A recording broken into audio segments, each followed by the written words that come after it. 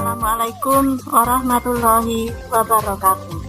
Berjumpa lagi dengan saya, Ibu Kartini, dalam pembelajaran Bahasa Indonesia. Bahasa Indonesia bab 2, mengungkapkan gagasan persuasif melalui pidato.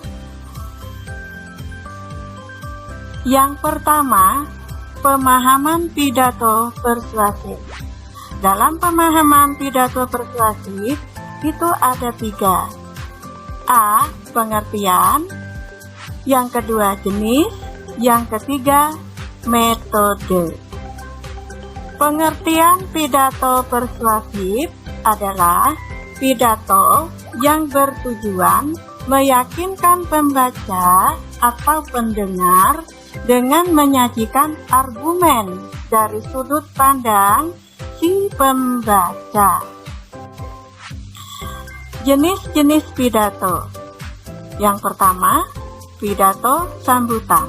Pidato sambutan ini dilakukan oleh seseorang apabila ditunjuk untuk melakukan pidato sambutan pada suatu acara tertentu.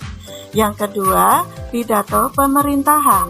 Pidato pemerintahan ini dilakukan oleh Bapak para Menteri atau pidato tentang kepresidenan.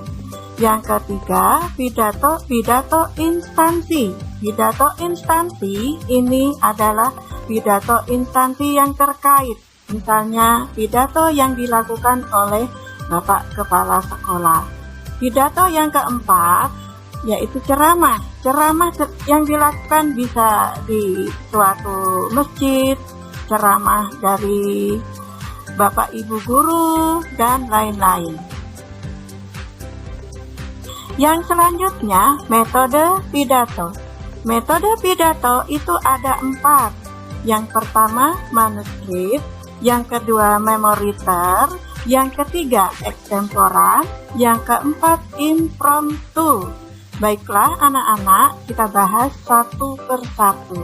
Yang pertama, manuskrip atau naskah, di mana seorang berpidato harus menulis naskahnya secara terperinci dan berpidato berdasarkan isi naskahnya.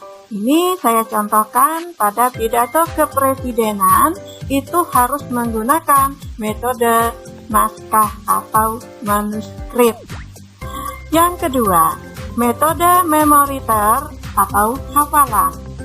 Pada tahap yang kedua ini, seorang berpidato harus menghafal secara keseluruhan tentang isi pidatonya tanpa membawa naskah. Yang ketiga, ekstemporan. Pada metode ini, seorang berpidato membuat garis-garis besar dalam sebuah naskahnya dalam berpidato. Dan yang keempat, impromptu. Itu pidato dadakan.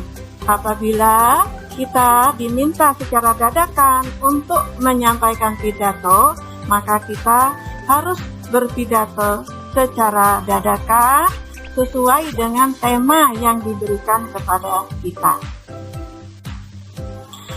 Selanjutnya, kita memasuki ke bagian B, yaitu informasi dalam pidato persuasif. Dalam informasi pidato persuasif, ini ada 2 hal yang akan kita bahas.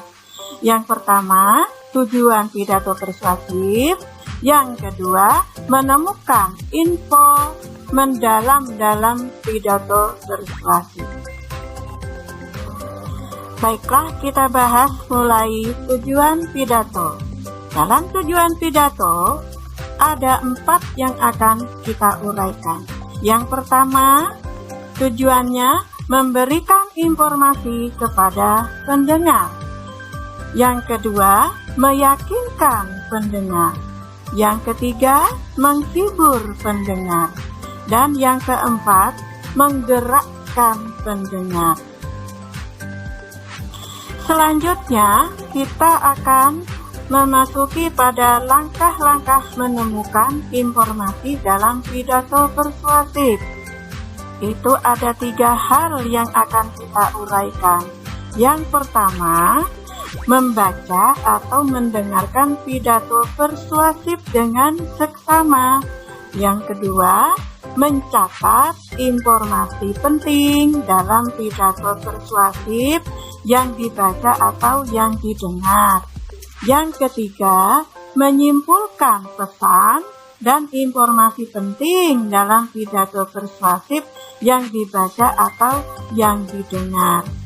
Demikian untuk tahap ini. Sampai ketemu pada video yang berikutnya. Selamat belajar, jaga kondisi kesehatan.